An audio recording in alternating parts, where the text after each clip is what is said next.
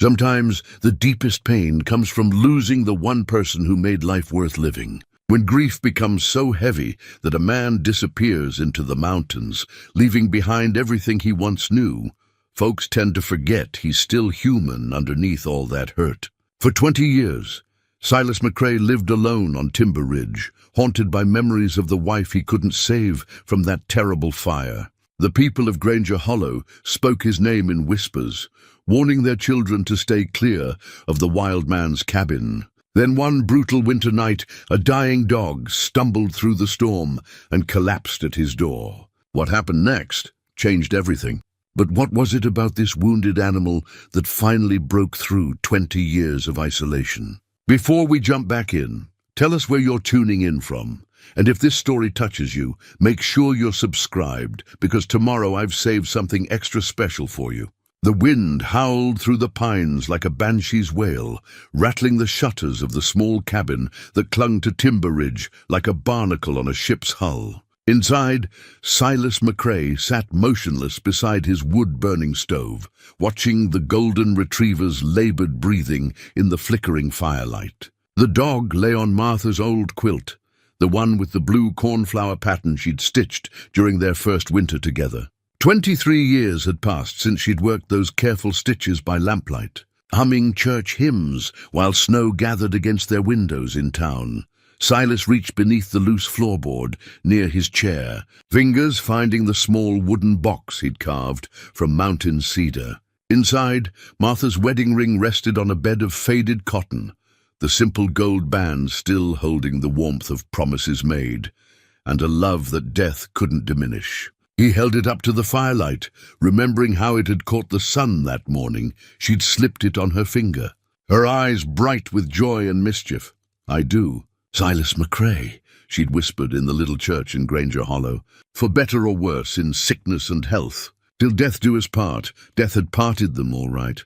But not the way they'd imagined during those golden years when Silas built furniture with his hands and Martha tended her garden. When Sunday dinners meant a table full of neighbors and laughter that echoed off the walls of their little house on Elm Street. The fire had started in the kitchen, a pot holder too close to the stove. Martha always said she was careless with such things. By the time Silas smelled the smoke and burst through the front door, the back half of the house was already engulfed. He'd fought through the flames, calling her name, his lungs searing with each breath. Found her unconscious near the bedroom door, her nightgown singed, her beautiful auburn hair. Silas closed his eyes, forcing the memory back into its dark corner. The search and rescue team had arrived just as he carried her out, their dogs barking and men shouting orders in the chaos of that terrible night. Doc Henley worked on her for what seemed like hours, while Silas paced the snow-covered yard, praying to a God who seemed to have turned his back on Granger Hollow. She'd lived for 3 more days, long enough to tell him it wasn't his fault, long enough to make him promise he'd keep living. A promise he'd kept, technically, though living had become something different after they lowered her pine casket into the frozen ground. The dog stirred, whimpering softly, and Silas returned the ring to its hiding place. The animal was in bad shape, deep gashes along his flanks, one ear torn, and a limp that suggested damaged ribs or worse. But his eyes held intelligence, and when Silas had first lifted him from the doorstep, those brown eyes had looked at him with something that might have been recognition. Granger Hollow had grown in the 20 years since Silas disappeared into the mountains. What started as a farming community of maybe 200 souls had swelled to nearly 800, thanks to the lumber mill and the railroad spur that brought city folks looking for mountain property. Doc Henley still tended the sick, though his hair had gone white and his hands showed the tremor of advancing years. Sheriff Coleman had replaced his father in the job, a steady man who kept the peace and minded his own business. Mrs. Whitman still ran the general store, though her daughter Sarah helped now, and the young woman had inherited her mother's sharp tongue and generous heart. They all remembered Silas McCrae, the quiet carpenter who'd built half the houses in town before tragedy broke him. In the early years after Martha's death, folks would find fresh-cut firewood stacked beside their doors after difficult times, or discover their broken fences mysteriously repaired. Doc Henley never could account for missing medical supplies, and Sheriff Coleman's father used to joke that angels worked the night shift in Granger Hollow.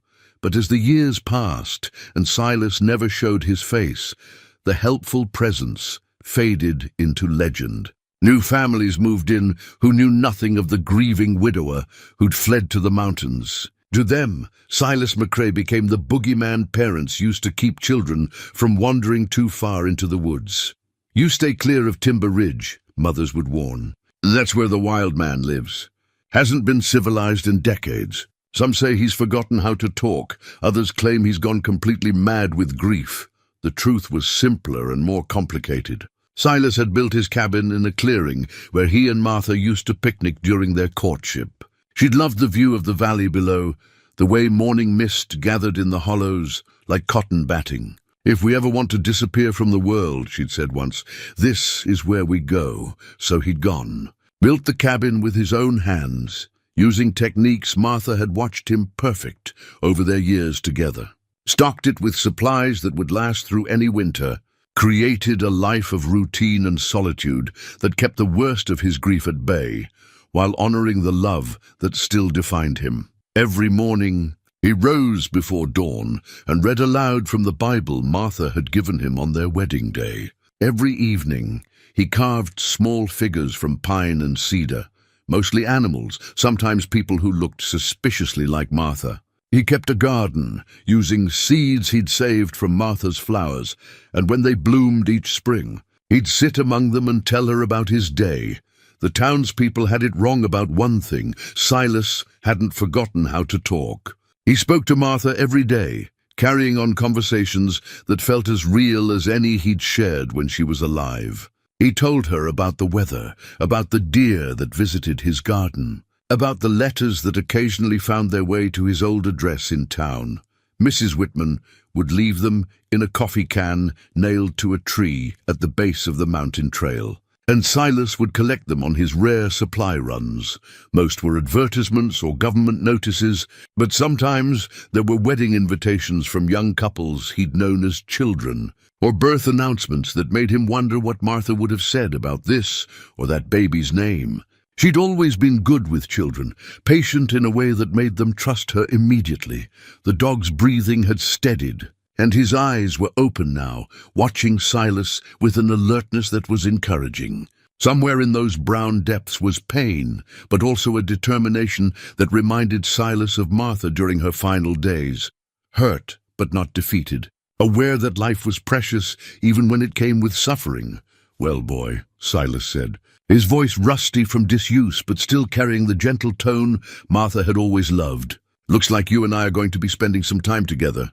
The dog's tail moved slightly, not quite a wag, but acknowledgement that he'd heard and understood. It was the first response Silas had received from another living creature in more years than he cared to count. Something tight in his chest loosened just a fraction, like a knot that had been slowly untying itself without his notice.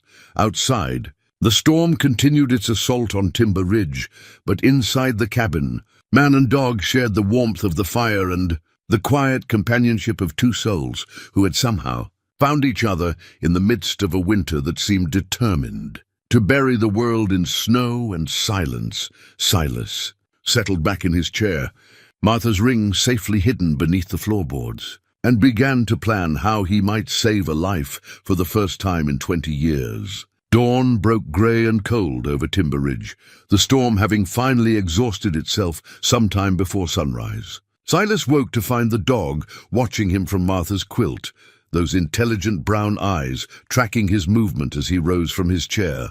The animal had made it through the night, which was more than Silas had dared hope when he'd first dragged the half-frozen creature inside. "Morning, boy," Silas said softly, moving slowly so as not to startle his unexpected guest. The dog's tail thumped once against the floor, weak but unmistakably a greeting.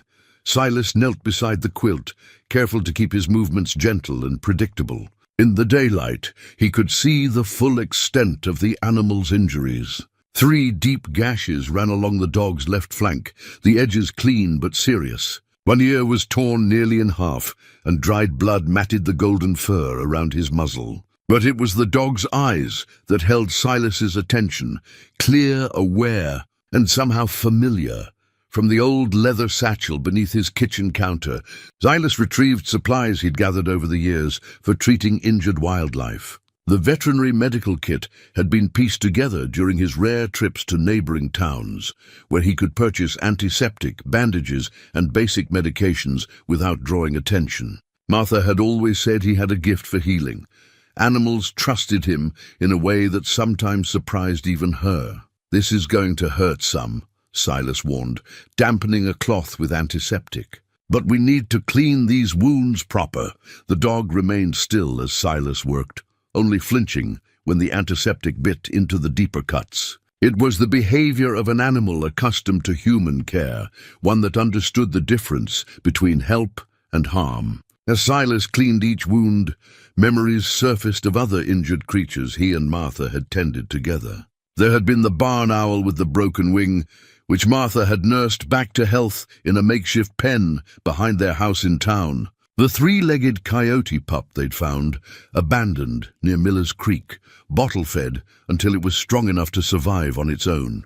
Martha had possessed an endless patience for hurt things, a gentleness that seemed to communicate itself directly to frightened animals. "She would have liked you," Silas murmured as he applied clean bandages to the worst of the gashes. "Had a way with strays, my Martha did. Always said they found us for a reason." The dog's ears pricked at the sound of Martha's name, and for a moment Silas felt the familiar stab of loss that talking about her brought.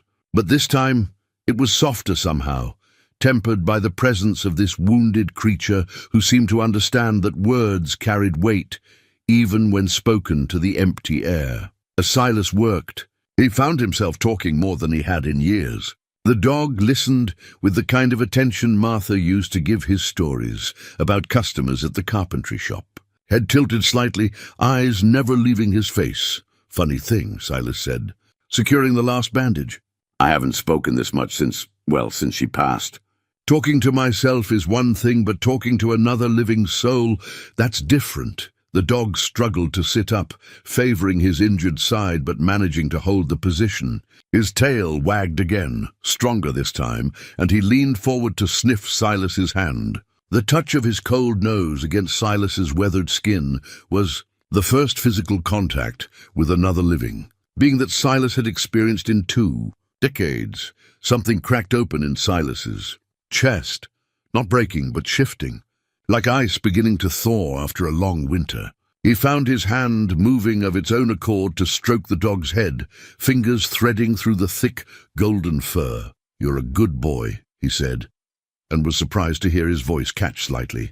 "Real good boy." By afternoon, the dog was able to stand and take a few tentative steps, though he clearly needed more time to heal. Silas fashioned a bed near the stove using old blankets and positioned food and water within easy reach. The dog ate carefully but with obvious hunger, confirming Silas's suspicion that he'd been wandering for some time before the storm drove him to seek shelter.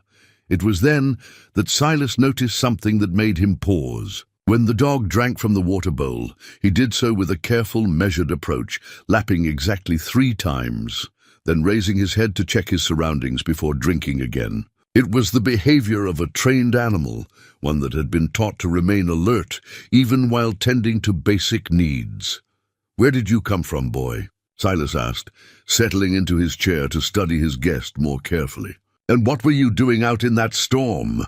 The dog finished drinking and returned to his makeshift bed, but instead of lying down, he sat at attention facing the door. His ears were pricked forward, and every few minutes he would glance at Silas, as if waiting for a command or signal. As evening approached, Silas prepared a simple supper of venison stew and cornbread, sharing portions with the dog, who accepted the offering with dignified gratitude. Outside, the wind had died to a whisper, and through the cabin's single window, Silas could see stars emerging in a sky swept clean by the storm. It was then that he heard it, voices carrying on the crisp mountain air, faint and distant but unmistakably human. A search party, most likely, though what they might be searching for in this remote area was beyond his understanding. The dog heard them too, his head snapping toward the window, a low whine building in his throat. But it wasn't the sound of an animal afraid of strangers. It was something else, almost eager, as if those distant voices meant something significant. Silas moved to the window and peered into the darkness. Far below, perhaps a mile down the mountain, he could see the bobbing lights of flashlights or lanterns. Too many to be casual hikers, and moving with the systematic pattern of people conducting an organized search. "Someone's missing," he said quietly, more to himself than to the dog. But the animal responded anyway, rising carefully to his feet and moving to stand beside Silas at the window. For the first time in 20 years, Silas felt the pull of human concern for strangers in trouble. The old instinct to help, to use his knowledge of these mountains to aid in whatever search was being conducted below, stirred in his chest like an ember that had been banked but never quite extinguished. The dog whined again, and this time Silas was certain he heard recognition in the sound. Whatever that search party was looking for, this wounded animal knew something about it. The pieces didn't quite fit together yet, but Silas could sense the shape of something larger than a simple case of an injured stray finding shelter from a storm. He looked down at the dog, who was looking back at him with those intelligent brown eyes that seemed to hold secrets and sorrows of their own. "What is it you're not telling me, boy?" Silas asked softly. The dog's tail wagged once, and in that simple gesture, Silas felt the first stirring of something he hadn't experienced in 2 decades. Curiosity about the world beyond his mountain refuge, and the possibility that healing might be a gift meant to be shared rather than hoarded in solitude. 3 days passed before the dog was strong enough to venture outside the cabin. Silas had taken to calling him Keeper, partly because the name felt right, and partly because the animal seemed determined to keep watch over everything: the cabin, the surrounding clearing, and most surprisingly, Silas himself. The morning Keeper first stood without favoring his injured side. Silas felt something he hadn't experienced in years, a sense of accomplishment that came from helping rather than simply surviving. It was a small victory, but it carried the weight of significance that reminded him of the satisfaction he'd once found in his carpentry work. When a perfectly joined corner or a smoothly sanded surface meant the difference between furniture that would last a season and pieces that could be passed down through generations. Keeper's recovery had brought changes to Silas's carefully ordered existence. Where once he'd moved through his daily routines with mechanical precision, morning Bible reading, garden tending, evening carving, now he found himself adjusting his schedule around the dog's needs. Meals became shared affairs. Walks to the woodpile included a companion who insisted on investigating every scent and sound, and the long, silent evenings were filled with the comfortable presence of another living being. It was during one of these adjusted routines that Silas carved the wooden whistle. He'd been working on a pine figurine of a deer when Keeper had shown interest in the wood shavings, nosing them around the floor with obvious curiosity. Without conscious thought, Silas had selected a straight piece of birch and begun shaping it into something more interactive than decorative. The whistle was simple, a basic design Martha had taught him years ago when they'd volunteered at the church's summer camp for children. She'd shown him how to hollow out the chamber, how to cut the air passage just so, how to sand the mouthpiece smooth enough for small lips. The memory of her hands guiding his as he worked had been so vivid that for a moment Silas could almost smell the lilac water she'd worn. When he'd finished and blown a test note, Keeper's reaction had been immediate and extraordinary. The dog's ears had snapped to attention, his tail began wagging, and he'd moved to sit directly in front of Silas with the kind of focused attention that spoke of formal training. "Well now," Silas had murmured, That's interesting. He'd blown the whistle again, 2 short blasts followed by 1 long one, and Keeper had responded by lying down, then rolling over, then returning to the sitting position. It was a complex sequence that no ordinary pet would have known, and it confirmed what Silas had begun to suspect. Keeper was no ordinary dog. The realization that he was caring for what was obviously a working animal, possibly someone's beloved partner, created the first real internal conflict Silas had faced since retreating to the mountains. For 20 years, his moral universe had been simple: survive, remember Martha, and avoid causing harm to others through his presence in their lives. Now he found himself responsible for a creature that clearly belonged somewhere else, with people who were probably searching for him. But as the days passed and Keeper showed no inclination to leave, Silas began to rationalize keeping him.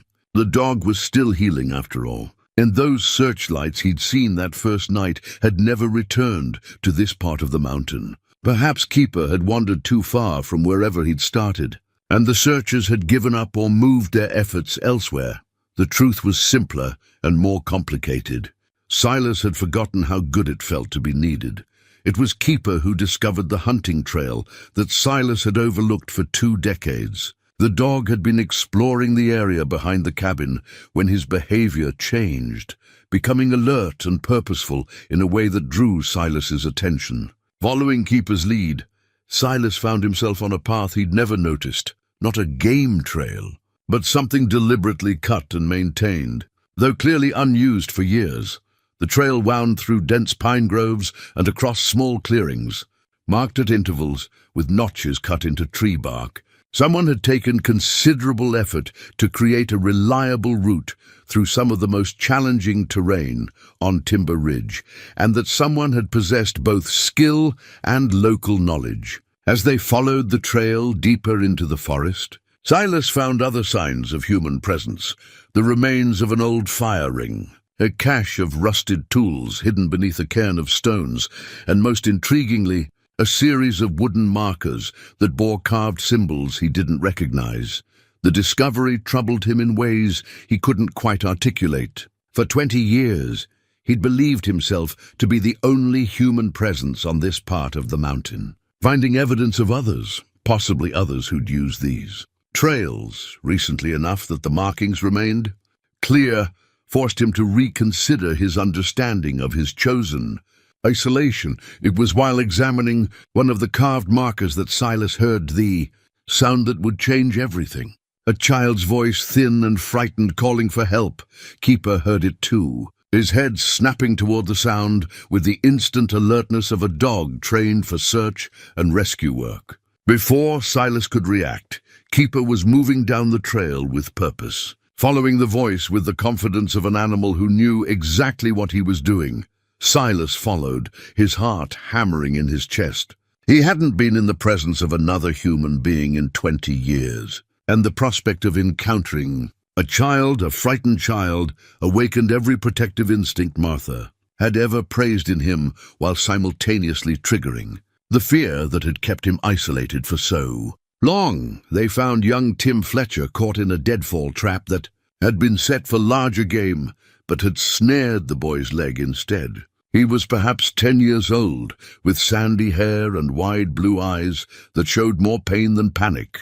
The boy had been trying to free himself for what looked like hours, and his efforts had only tightened the trap's grip. Silas remained hidden behind a large pine while Keeper approached the boy directly. The dog's demeanor was calm and reassuring, and Tim's face brightened immediately at the sight of a friendly animal. "Hey there, boy," Tim said, reaching out to stroke Keeper's head. "Where did you come from?" Keeper allowed the petting while positioning himself so that Tim could use him for support. It was a maneuver that spoke of extensive training, and Silas watched in amazement as the dog began what was clearly a practiced routine for calming and stabilizing an injured person. Working from concealment, Silas used his knowledge of trap mechanisms to spring the device that held Tim's leg. The boy cried out as the pressure released, but Keeper was there immediately, providing both physical and emotional support. "Good boy," Tim whispered, wrapping his arms around Keeper's neck. "You saved me," Silas ensured the boy could walk before melting back into the forest. Keeper following reluctantly after a long look at Tim, who was already hobbling back toward what Silas assumed was the main trail to town. Later, back at the cabin, Silas sat in his chair while Keeper lay on Martha's quilt, both of them processing what had happened. For the first time in 20 years, Silas had used his skills to help another human being. The act had been indirect and anonymous, but it had awakened something in him that felt suspiciously like purpose. The rescue of Tim Fletcher had stirred something in Silas that he'd thought buried along with Martha 20 years ago. For days afterward, he found himself replaying the moment when the boy's face had lit up at the sight of Keeper, the way the dog had instinctively known how to provide comfort and support. It had been a partnership, brief but perfect, and it reminded Silas of the countless times he and Martha had worked together to solve problems or help neighbors in need. Keeper seemed to sense the change in his human companion. The dog had become more attentive since the rescue, watching Silas with an intensity that suggested he was waiting for something, perhaps another opportunity to do the work he'd clearly been trained for, or maybe just confirmation that they were now a team rather than simply temporary roommates. It was while cleaning the cabin that Silas found Martha's quilting thimble. He'd been moving the old trunk that held her winter clothes, making room for a proper bed for Keeper when the small silver object had rolled across the floor. The thimble was tarnished with age, but still bore the delicate etching of roses that Martha had admired when her sister gave it to her as a wedding gift. Silas picked up the thimble with trembling fingers, and for the first time in 20 years, tears came. Not the angry, bitter tears he'd shed in the early days of his grief, but something softer, a recognition of love that persisted even in loss, of beauty that remained even when the hands that had created it were gone. Keeper moved to his side immediately, pressing his warm body against Silas's leg in a gesture of comfort that was both deeply canine and somehow more than that. The dog's presence anchored Silas in the present moment, preventing him from falling into the spiral of despair that had once threatened to consume him entirely. "She would have loved you," Silas said, his voice thick with emotion. "Always wanted a dog, my Martha did. Said her house wasn't really a home without something alive in it besides the people."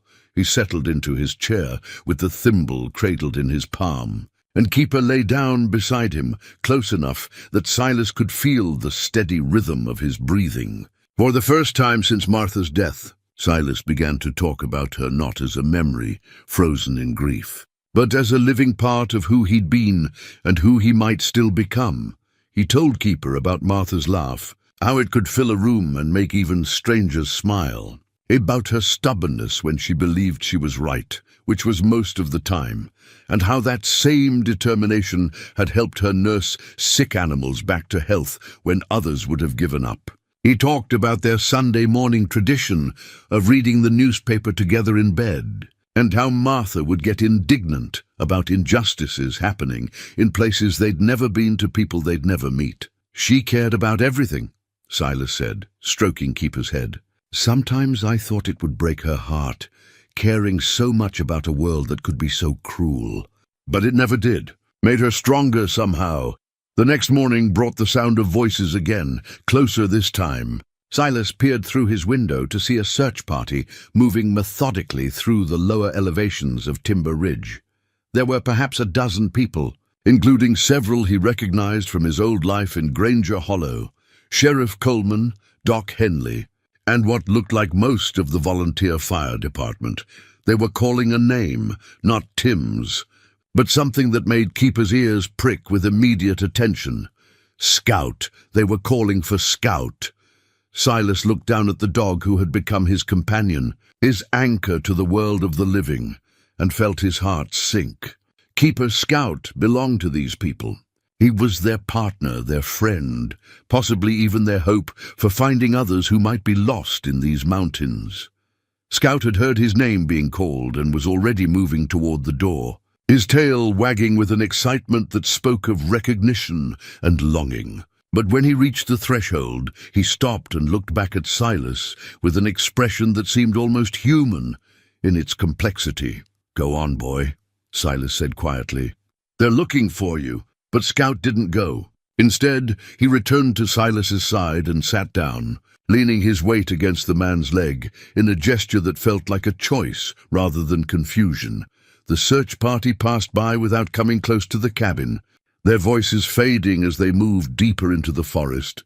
Scout watched them go with alert interest, but made no attempt to follow or signal his presence. When the last echo of their calls had died away, he looked up at Silas with eyes that seemed to say, "I'm where I choose to be." That evening, as Silas prepared their simple supper, he found himself wondering about the nature of choice and loyalty. Scout had clearly heard his name being called by people who cared about him, yet he'd chosen to stay.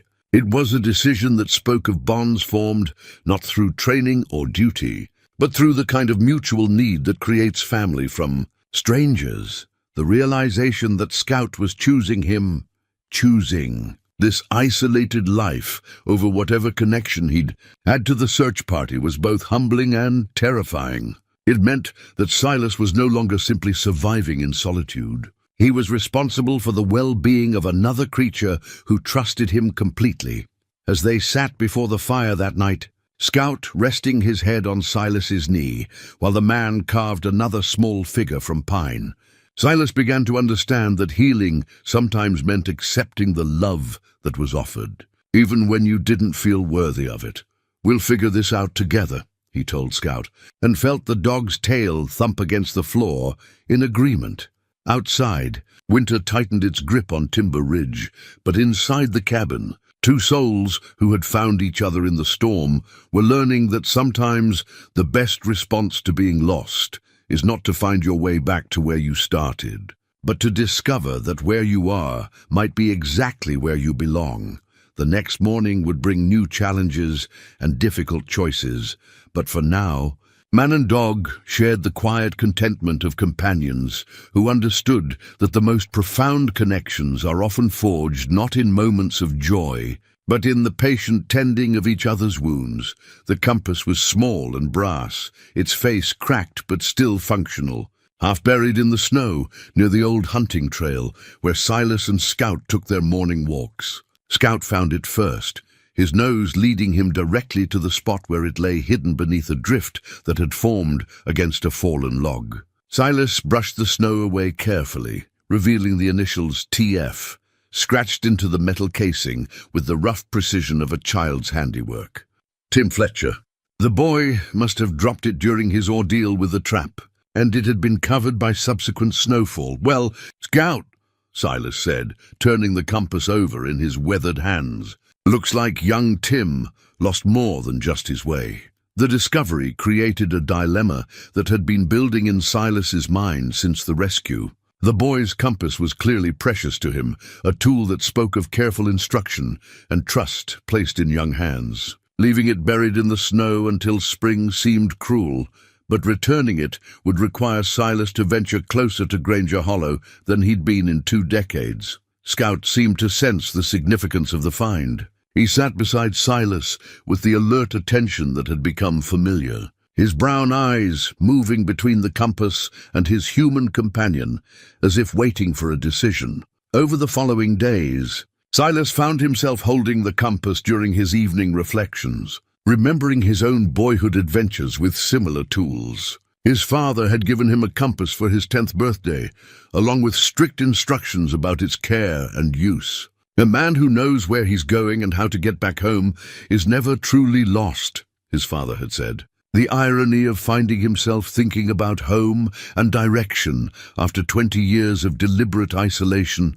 wasn't lost on him. The decision to approach Granger Hollow came gradually, built from small steps and careful reasoning. First, Silas justified a scouting trip to the tree line where he could observe the town from a distance. Then he reasoned that returning the compass was simply the right thing to do, what Martha would have expected of him. Finally, he admitted to himself that curiosity about the changes in his former home had been growing stronger with each passing day. Scout accompanied him on the journey down the mountain, moving with the quiet confidence of a dog accustomed to challenging terrain. As they descended, Silas noticed how the familiar landmarks of his youth had been altered by time and weather.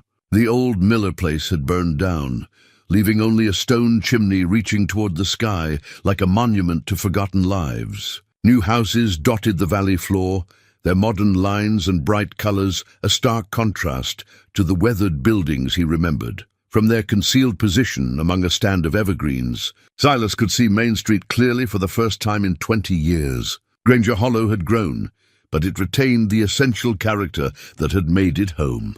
Children played in the small park near the church, their laughter carrying on the crisp air.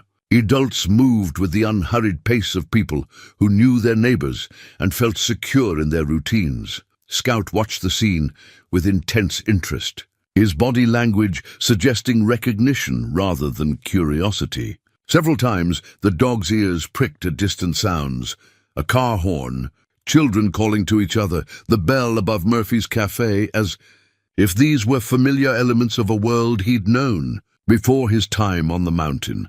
It was then that Silas saw the cemetery. Martha's grave was visible from their vantage point, marked by the simple headstone he'd commissioned before his retreat to Timber Ridge. Even from a distance, he could see that someone had been tending it. Fresh flowers, winter pansies that could withstand the cold, adorned the site, and the area around the headstone was clear of weeds and debris. The sight hit him like a physical blow. For 20 years, he'd carried the guilt of abandoning Martha's resting place, of leaving her memory to the care of others while he nursed his grief in isolation. Seeing evidence that someone, probably several someones, had been honoring her memory in his absence brought a mixture of gratitude and shame that left him struggling for breath. Scout pressed against his leg, offering the solid comfort of his presence. The dog's calm acceptance of his emotional reaction reminded Silas that healing didn't always come in dramatic moments.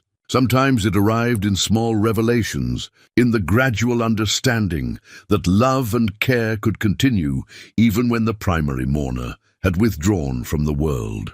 As they watched, a familiar figure emerged from the general store and began walking toward the cemetery. Mrs. Whitman, her grey hair now white but her determined stride unchanged, carried a small bouquet of the same winter pansies that decorated Martha's grave. She moved with the purpose of someone performing a routine that had become as natural as breathing. Silas watched her approach Martha's headstone, replace the old flowers with fresh ones, and spend several minutes in what appeared to be silent conversation with the grave. When she finished, she placed her hand briefly on the headstone before turning to leave. The gesture was so simple, so matter-of-fact, that it took Silas several moments to understand its full significance. Mrs. Whitman wasn't visiting Martha's grave as a special occasion or obligation. This was regular maintenance, the kind of care that spoke of ongoing relationship rather than duty to the past. "She's been taking care of her," Silas whispered to Scout. "All these years, and she's been taking care of Martha." The realization that his wife's memory had been cherished and protected by the community he'd abandoned forced Silas to reconsider his understanding of his own exile.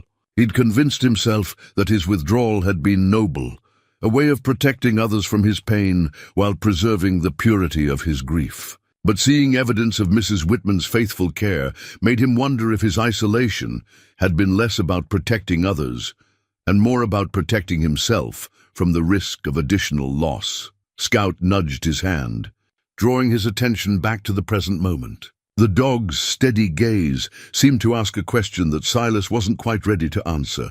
If others had been caring for Martha's memory, what was stopping him from doing the same? As they made their way back up the mountain, the compass heavy in Silas's pocket, he found himself considering possibilities that had seemed unthinkable just hours before. Perhaps it was time to stop hiding from the world that had continued to honor the woman he'd loved. Perhaps Scout's presence in his life was meant to be a bridge back to the community he'd left behind, rather than simply a companion for his continued isolation. The questions would require careful consideration. But for the first time in 20 years, Silas felt ready to begin seeking answers. The collar was hidden beneath layers of Scout's thick winter coat, discovered only when Silas was checking the healing progress of the dog's wounds. His fingers found the worn leather band while parting the golden fur along Scout's neck, and he had to work carefully to reveal the full extent of what lay beneath. It was old leather, well-maintained, but showing the kind of wear that spoke of years of faithful service. The brass nameplate was tarnished but legible, and when Silas read the engraving, his world shifted in ways he wasn't prepared for. Scout was etched in simple block letters, followed by an address that made Silas's heart skip. Granger County Search and Rescue, Station 7, Two Rivers Township.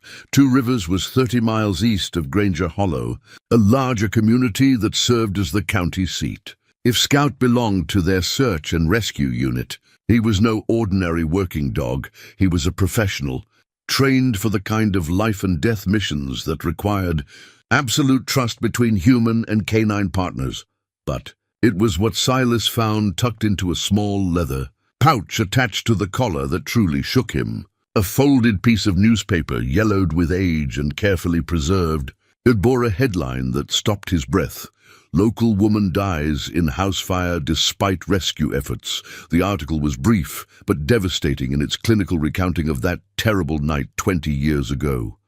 It described the fire that had consumed the McCrae house on Elm Street, the response of local volunteer firefighters, and the arrival of the county's search and rescue team. Martha's death was noted with respectful brevity, along with the information that her husband had been treated for smoke inhalation, but survived. What caught Silas's attention, however, was a single line near the end of the article: County Search and Rescue Dog Scout. A 2-year-old golden retriever was among the responding units, but was unable to locate the victim in time due to the intensity of the blaze. Silas read the line 3 times before its full meaning sank in. Scout, this Scout, the dog who had collapsed at his door during the storm, had been there that night, had been part of the team that tried to save Martha, had carried his own burden of failure for the same tragedy that had driven Silas into the mountains.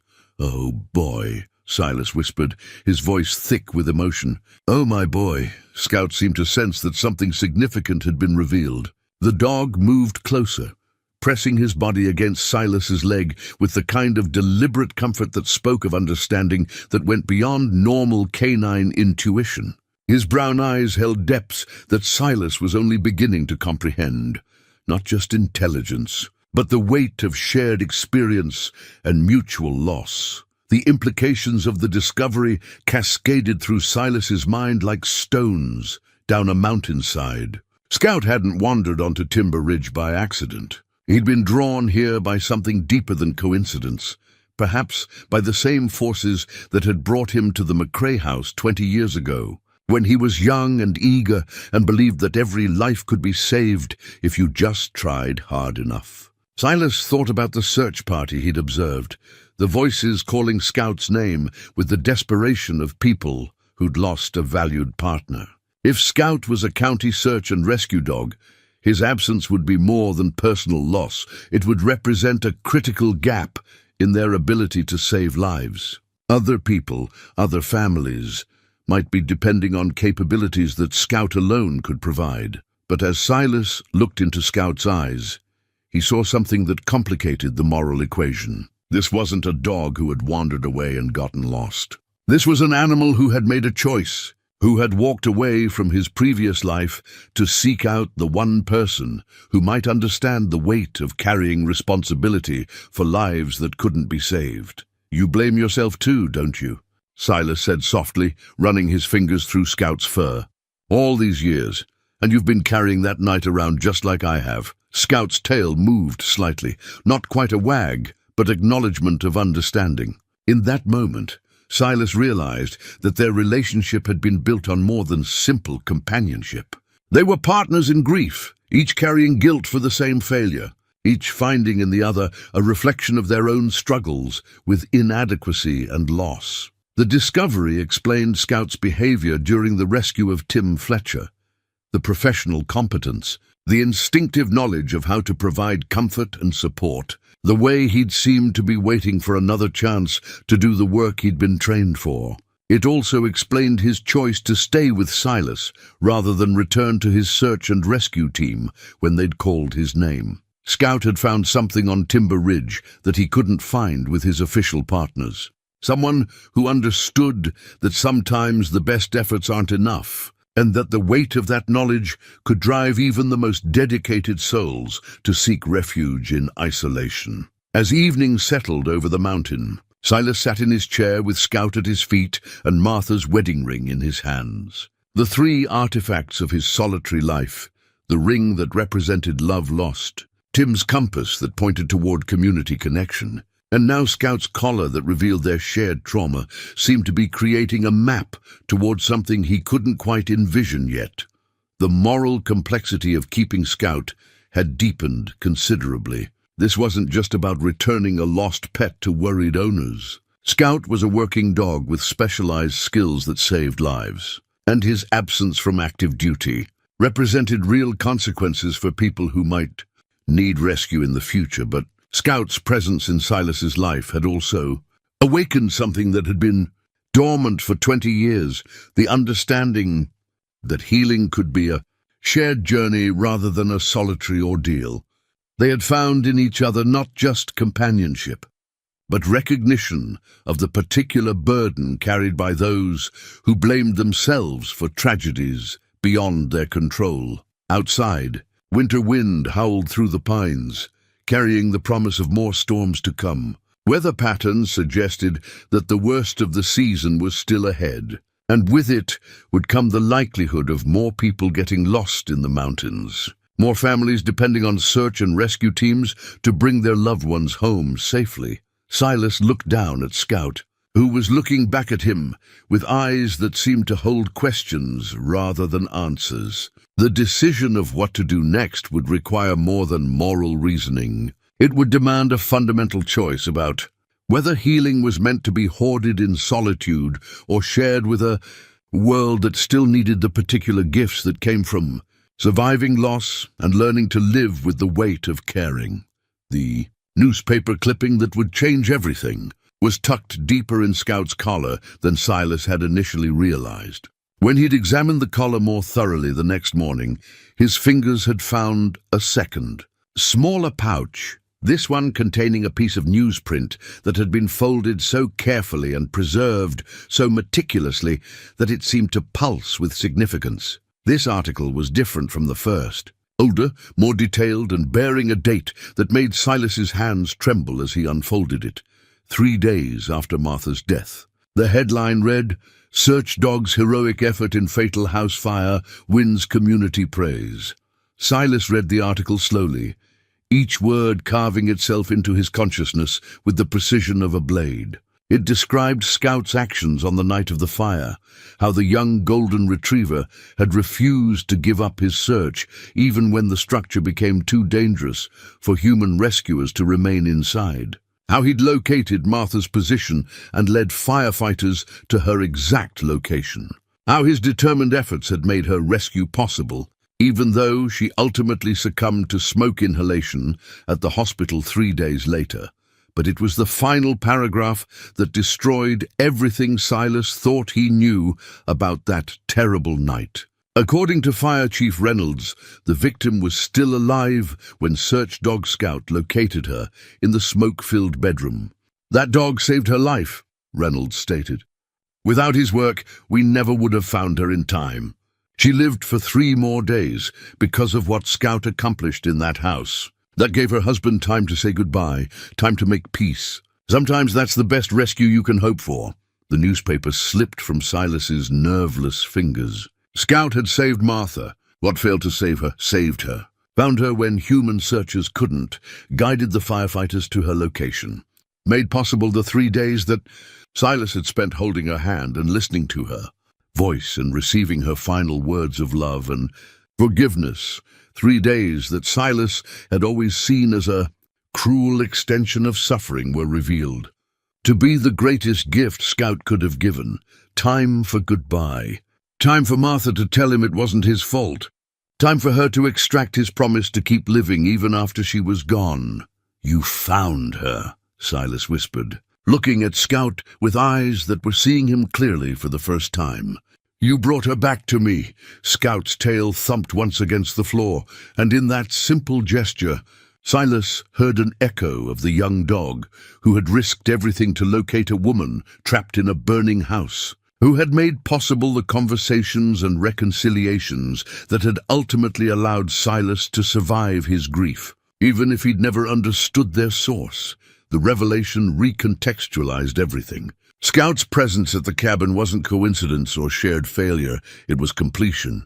He'd found the one person who had benefited from his greatest professional success, the man whose life had been made bearable by Scout's courage and determination on the worst night either of them had ever experienced. Silas thought about the 3 days he'd spent at Martha's bedside, how she'd been lucid enough to share memories and express love, how she'd made him promise to find meaning in whatever life remained to him. He'd always wondered how she'd maintained such clarity and grace in her final hours, had attributed it to her natural strength and faith. Now he understood that her survival long enough to offer those gifts had been bought with the courage of a 2-year-old search dog who'd refused to abandon his mission even when the world was burning around him. "She knew," Silas said, his voice thick with emotion.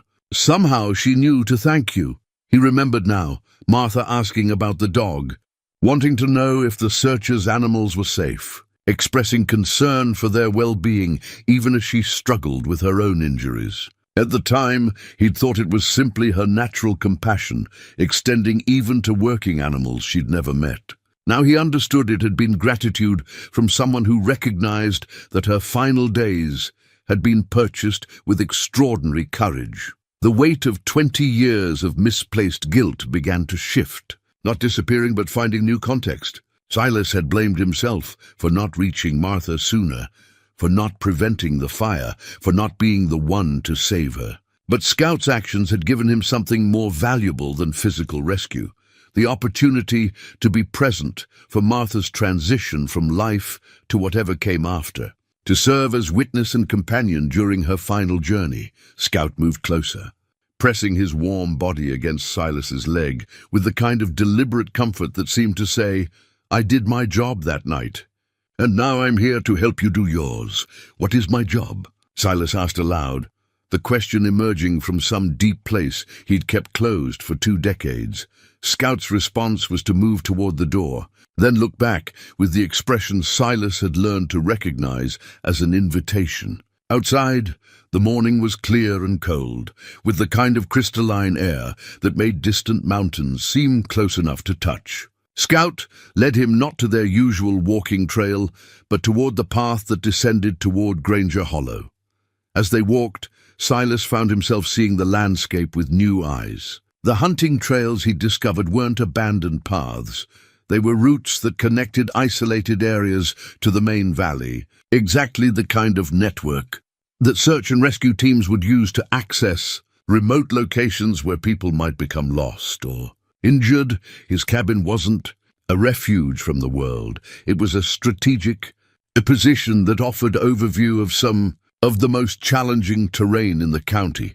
The skills he'd developed during 20 years of mountain living, combined with Scout's professional training and local knowledge, could serve purposes he'd never considered.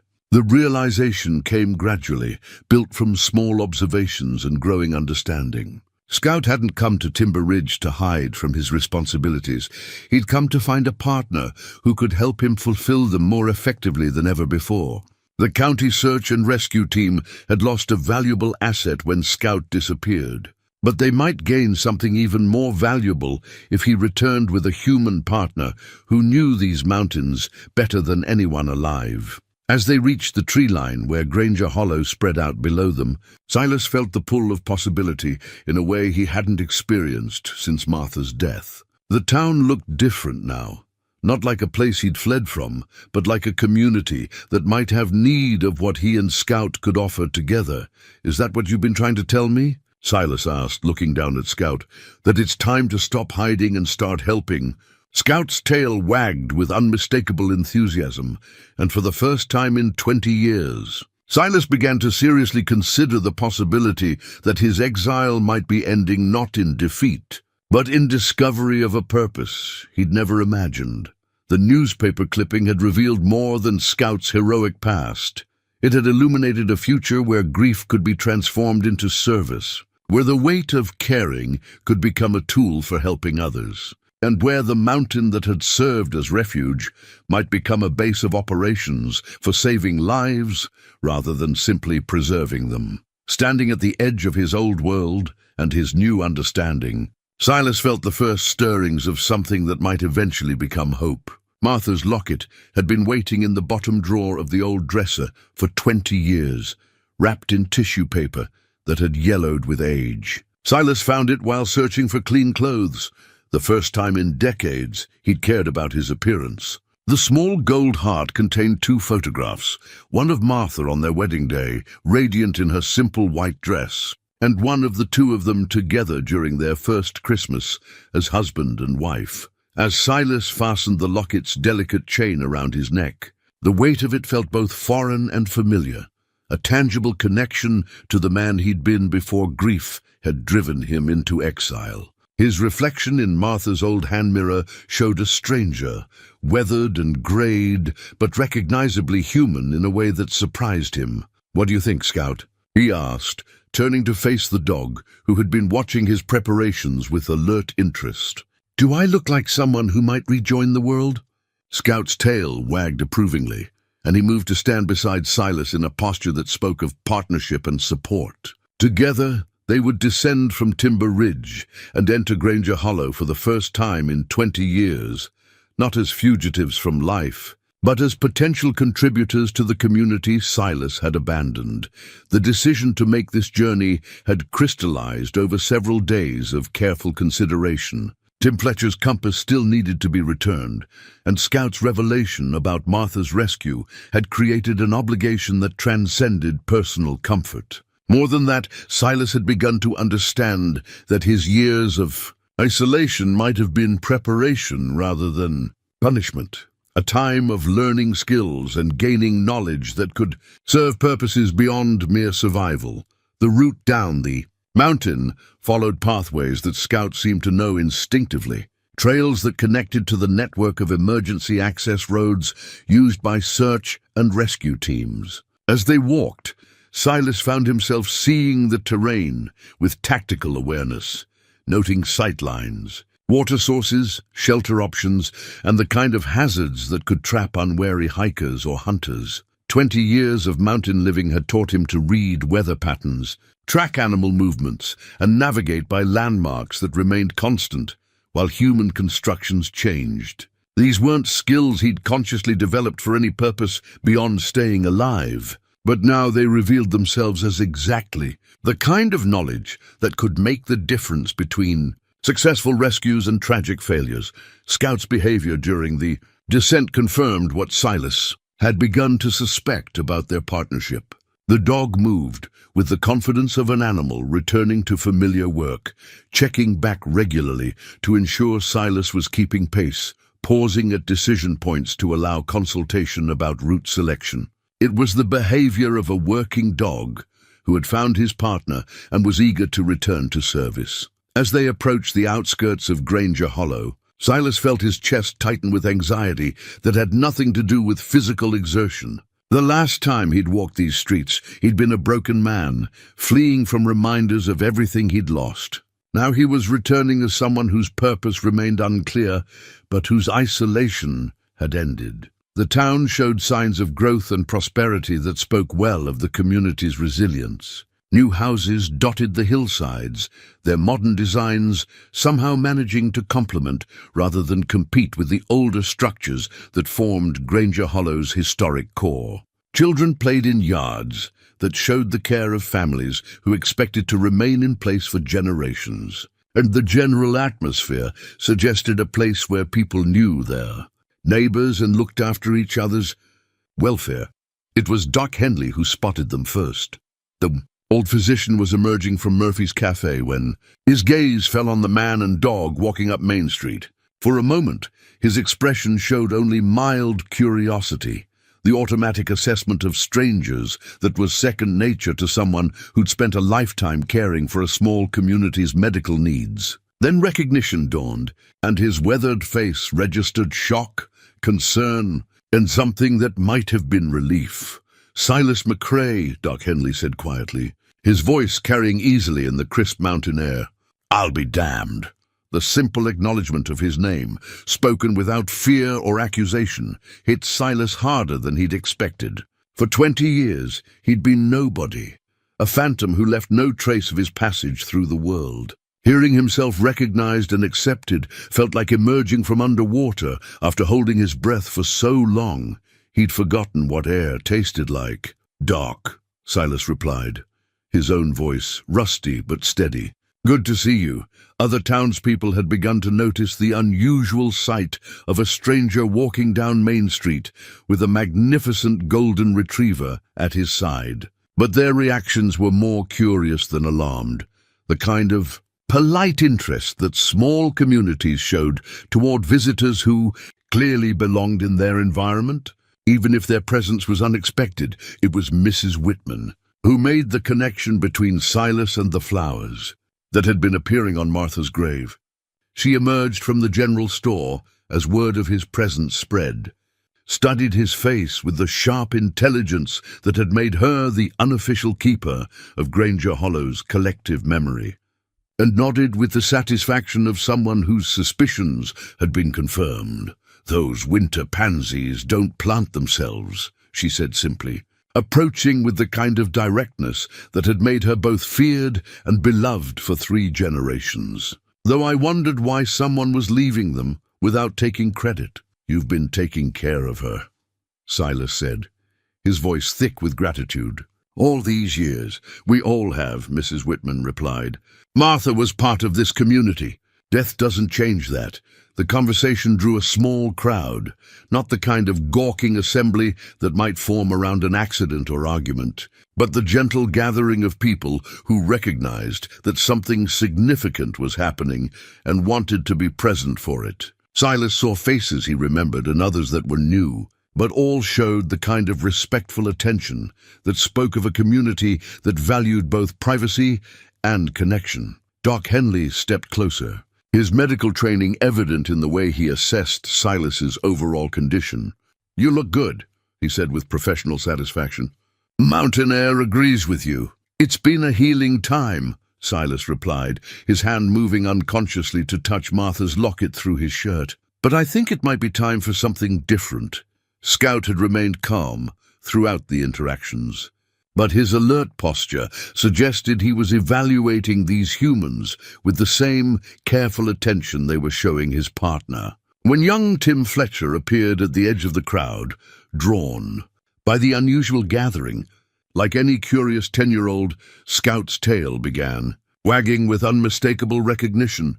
Tim approached with the kind of fearless curiosity that was characteristic of children who'd grown up in safe communities. His eyes lit up when he saw Scout, and he looked between the dog and Silas with dawning understanding. "You're the mountain angel," Tim said with the directness that only children could manage. "You saved me." The simple statement, delivered without drama or embellishment, carried the weight of absolute truth. Silas felt the attention of the assembled townspeople shift as they processed the implications of Tim's words. The mysterious helper who had freed the boy from the trap, the guardian presence that parents had half believed protected their children during mountain adventures.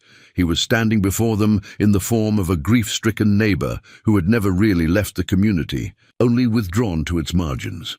"Scout helped," Silas said, deflecting credit in the way that came naturally to someone who'd spent 20 years avoiding attention. "He's the one with the training." "Scout?" Doc Henley's eyebrows rose with interest.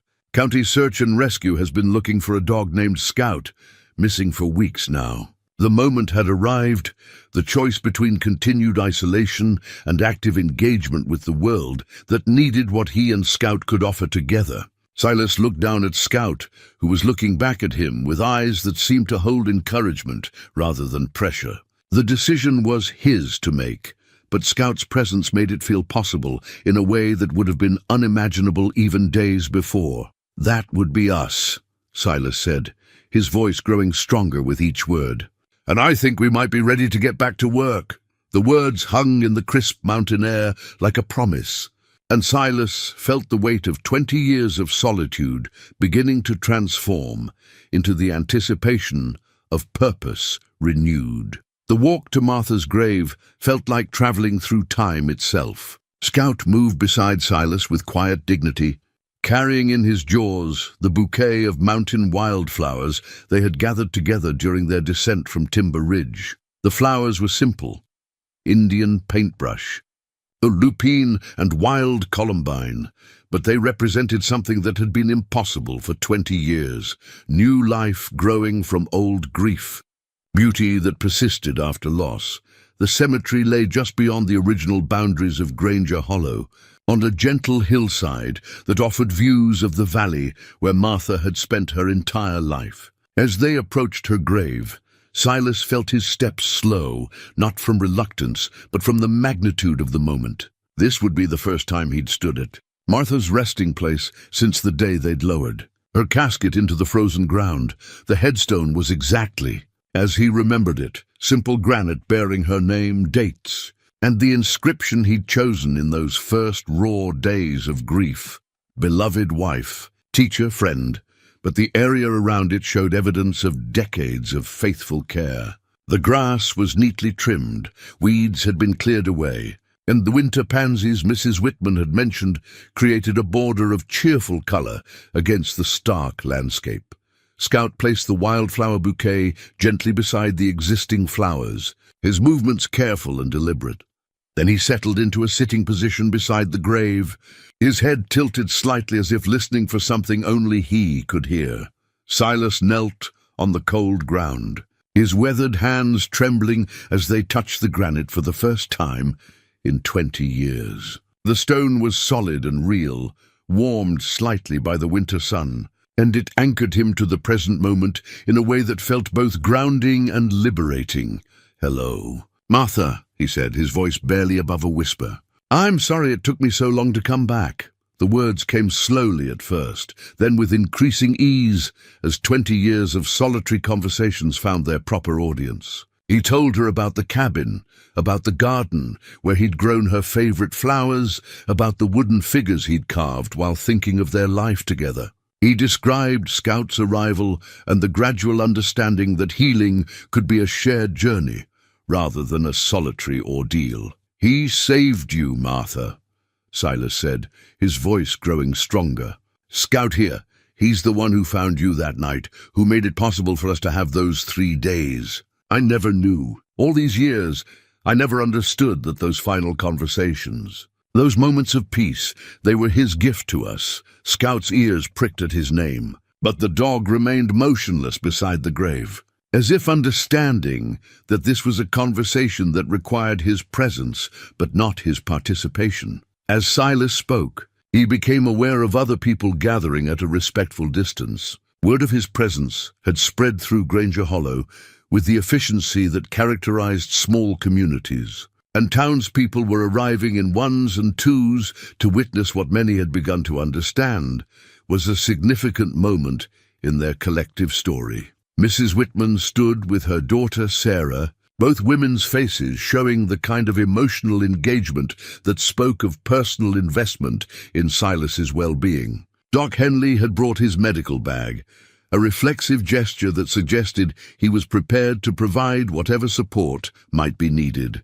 Sheriff Coleman maintained a protective perimeter, ensuring that curiosity didn't intrude on what was clearly a private moment of reconciliation. Most moving of all was the presence of Tim Fletcher and his parents, the boy standing quietly beside his father while understanding instinctively that the man who had saved him was engaged in something that required reverence rather than thanks. People here have been taking care of you," Silas continued, his voice carrying easily in the still air. "Mrs. Whitman and others, They've been keeping your memory alive while I was hiding from it. They understood something I couldn't, that love doesn't end with death. And that community means caring for each other, even when some members can't care for themselves.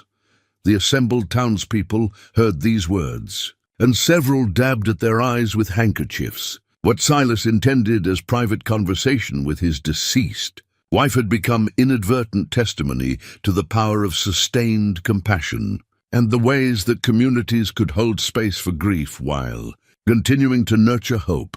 Scout rose from his sitting position and moved closer to Silas, pressing his warm body against the man's side in a gesture of comfort and solidarity. The contact was grounding, a reminder that the past could be honored without being imprisoned by it, that love could persist without requiring the lover to sacrifice present possibilities to memory. "I think it's time for me to stop hiding," Silas said, his hand finding Scout's head and stroking the soft fur. "This boy has shown me that healing happens through service, not solitude. That the best way to honor what we had is to use what I learned from losing you to help others who might be facing their own kinds of loss." The words carried a finality that marked the end of one chapter and the beginning of another. As Silas rose from his knees, brushing dirt from his clothes, he felt the weight of 20 years of guilt beginning to transform into something that might eventually become wisdom. The wooden bench took shape beneath Silas's hands with the same careful attention he'd once brought to Martha's hope chest and their kitchen table. He worked with tools borrowed from the town's maintenance shed, crafting something simple but enduring from mountain pine that would weather decades of seasons beside Martha's grave. The bench represented more than a place to sit. It was a commitment to regular visits, a promise that Martha's memory would be tended not just by the generous hearts of neighbors, but by the husband who had finally learned that honoring the past meant engaging with the present. As Silas worked, townspeople found reasons to pass by the cemetery. Some brought coffee or sandwiches, others simply offered quiet words of encouragement. Tim Fletcher arrived with his compass, returned at last to its proper owner, along with a shy confession that he'd been hoping to meet the mountain angel who had saved his life. "Keep that compass close," Silas told the boy, accepting the awkward hug that Tim offered. "A man who knows where he's going and how to get back home is never truly lost." Scout supervised the bench construction with the alertness of a project manager, occasionally investigating Silas's work, but mostly maintaining watch over their surroundings. His behavior had shifted since their arrival in town, less protective, more collaborative, as if he understood that they were no longer hiding but building something together.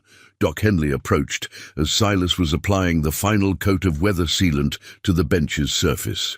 The elderly physician carried himself with the careful dignity of someone whose joints protested. Cold weather, but whose sense of duty remained undiminished. "County Search and Rescue.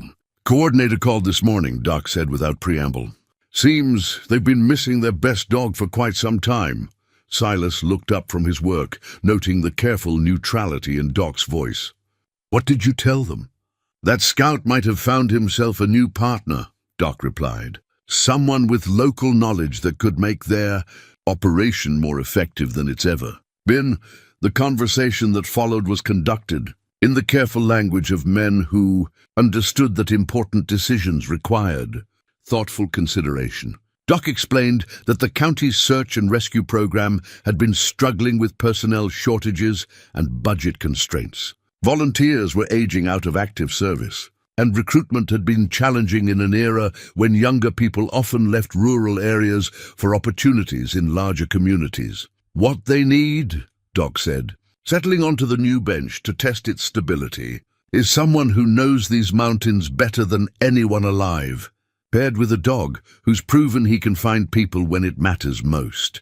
Sheriff Coleman joined them as the conversation continued, bringing practical knowledge about the kinds of emergencies that required search and rescue response in their part of the county. Lost hikers were the most common calls, but there were also hunters who overestimated their abilities, elderly residents who wandered away from care facilities, and occasionally children who ventured too far from safe boundaries.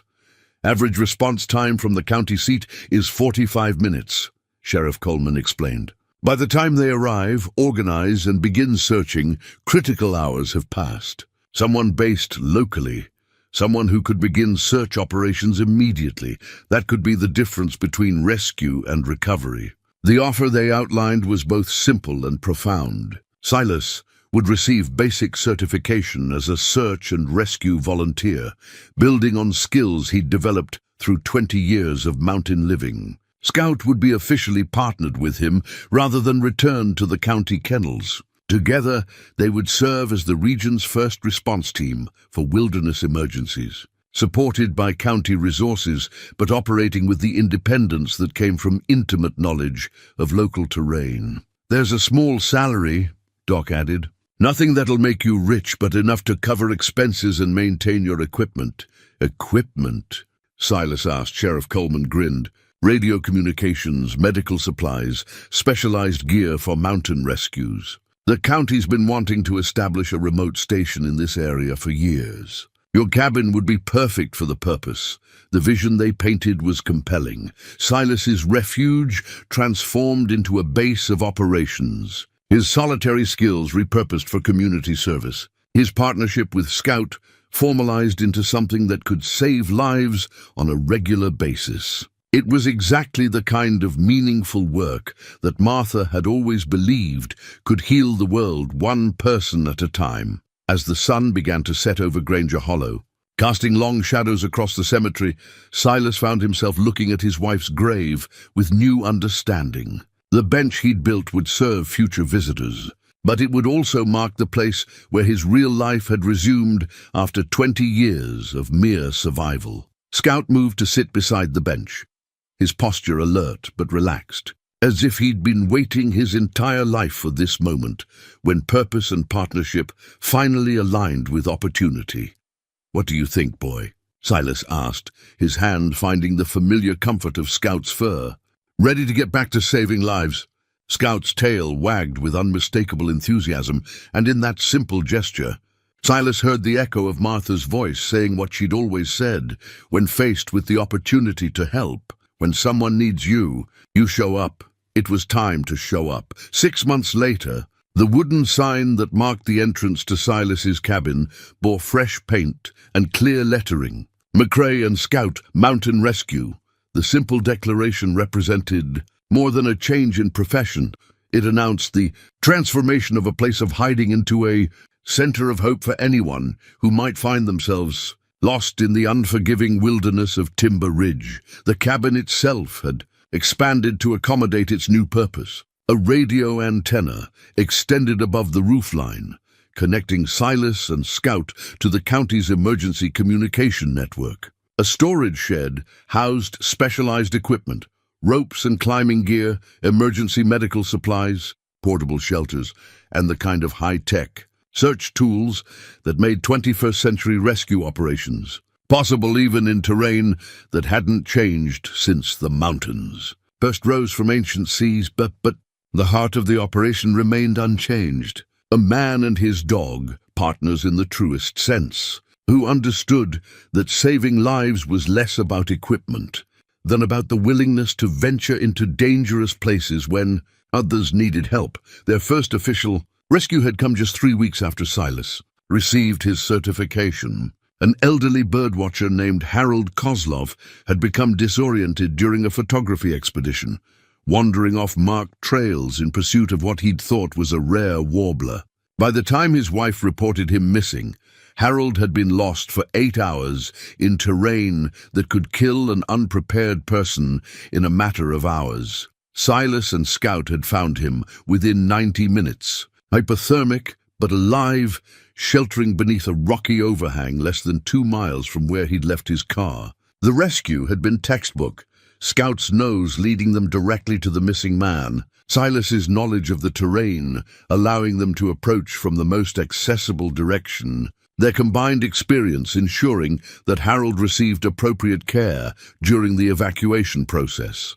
The success had established their reputation and led to regular calls for assistance. They'd located lost hikers, found missing children, and assisted with medical evacuations in areas too remote for traditional ambulance service. Each rescue reinforced what Silas had learned during those first days with Scout.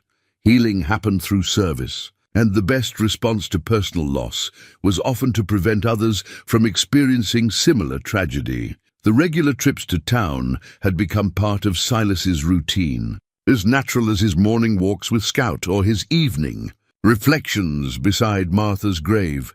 Mrs. Whitman's general store served as an informal headquarters where people could leave messages about potential emergencies or simply check on the welfare of the mountain rescue team. Doc Henley provided medical consultation and helped maintain the first aid supplies that might mean the difference between successful rescue and tragic outcome.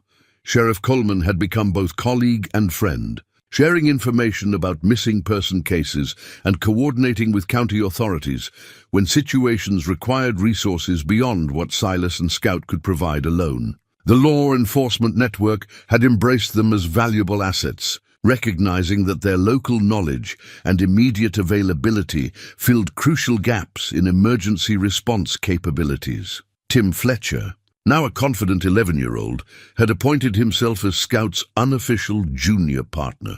The boy visited the cabin regularly, learning basic search techniques and developing the kind of wilderness skills that would serve him well throughout his life. His parents had initially worried about their son's fascination with search and rescue work, but they'd come to understand that Tim was learning valuable lessons about responsibility, courage, and service to others. The relationship between Silas and the community had evolved beyond simple acceptance into genuine partnership.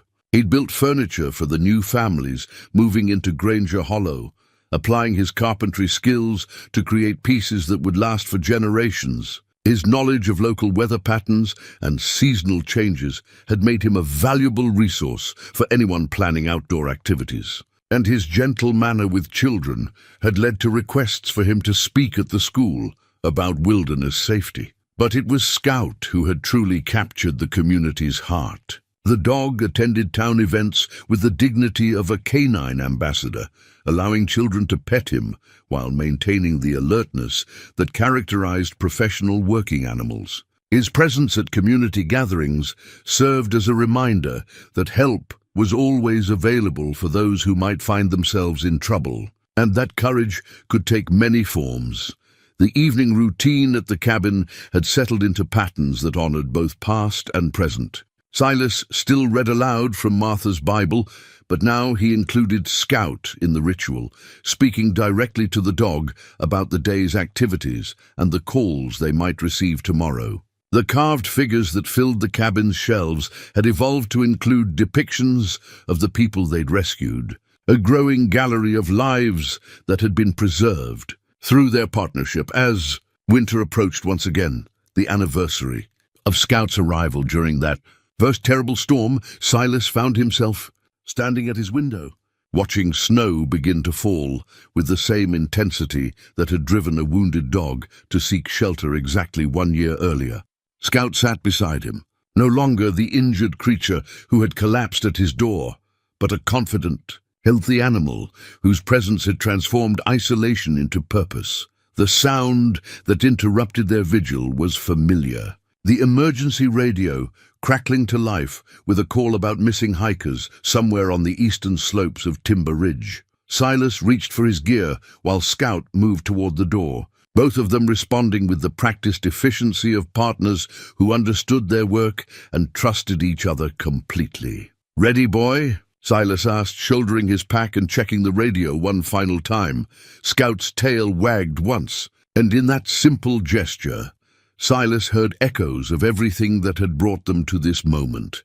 Martha's love, the community's faith, the possibility that even the deepest wounds could heal when tended with patience and courage. Outside, the storm was building, but Silas McCrae and Scout were no longer hiding from the weather.